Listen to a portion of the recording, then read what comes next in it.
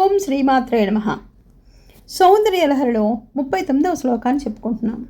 తవ స్వాదిష్టానే హుతవః మదిష్టాయ నిరతం తమీడే సంవర్తం జనని మహతీం తాంచ సమయాం యదా లోకే లోకాన్ దహతి మహతి క్రోధకలితే దయార్ద్రా యా దృష్టి శిశిర ముపచారం రచయతి. తవ స్వాదిష్టానే ఋతవః మదిష్టాయ నిరతం తమీడే సంవర్తం జనని మహతీం తాంచ సమయాం యదా లోకే లోకాన్ దహతి మహతి క్రోధకలితే దయాద్రాయా దృష్టి శిశిరముపచారం రచయతి.